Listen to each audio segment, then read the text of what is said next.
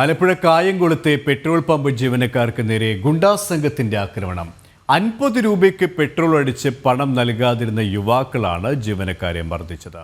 പ്രദേശത്തെ ലഹരി ഗുണ്ടാ സംഘങ്ങളെ കേന്ദ്രീകരിച്ച് പോലീസ് അന്വേഷണം ആരംഭിച്ചു.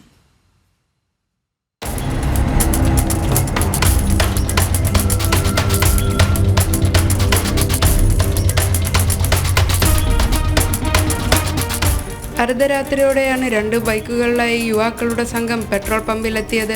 50 രൂപയുടെ പെട്രോൾ അടിച്ചു. ഓൺലൈൻ വഴി പണമടയ്ക്കാൻ കഴിയുന്നില്ലെന്നറിയിച്ച യുവാക്കൾ ജീവനക്കാരോട് തട്ടിക്കയറുകയായിരുന്നു.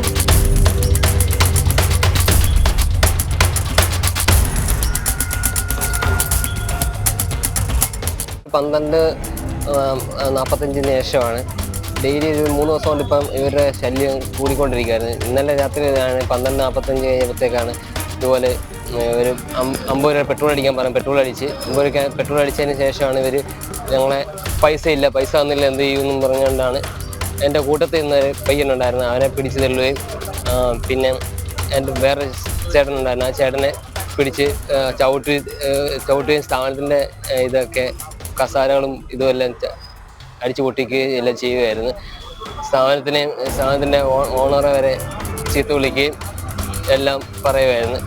ഇതിൻ്റെ പേരിൽ ഒരു പ്രശ്നം ഉണ്ടായിക്കഴിഞ്ഞാൽ ഞങ്ങളെ നെഞ്ചത്ത് കത്തി കയറ്റുമെന്നും പറഞ്ഞ് ഇതായിരുന്നു, ഞങ്ങളെ ഭീഷണിപ്പെടുത്തുകയൊക്കെ ചെയ്യുമായിരുന്നു. ലഹരിയിലെത്തുന്ന സംഘങ്ങൾ മുൻപും പെട്രോൾ പമ്പിൽ പ്രശ്നങ്ങൾ ഉണ്ടാക്കിയിട്ടുണ്ടെന്ന് പമ്പ് ഉടമ.